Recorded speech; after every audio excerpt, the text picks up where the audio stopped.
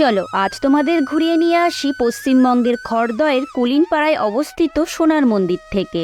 এই মন্দিরের প্রকৃত নাম শ্রী শ্রী লক্ষ্মীনারায়ণজির মন্দির। এই মন্দিরটি প্রতিষ্ঠিত হয়েছিল বাংলা 1353 সনে 21শে বৈশাখ অক্ষয় তৃতীয়ার দিন। প্রতিষ্ঠা করেছিলেন শ্রী শ্রী বলরাম মহারাজের শিষ্য শ্রী শ্রী আচার্য যতীন্দ্র স্বামী মহারাজ। বিশাল বড় জায়গা নিয়ে এই মন্দিরটি অবস্থিত এবং চারিদিকে রয়েছে বিভিন্ন রঙের ফুলের বাগান। মন্দিরের পাশ দিয়েই বয়ে চলেছে মা গঙ্গা, আর এই গঙ্গা থাকার কারণেই মন্দিরে ভেসে আসছে গঙ্গার একটা সুন্দর হাওয়া।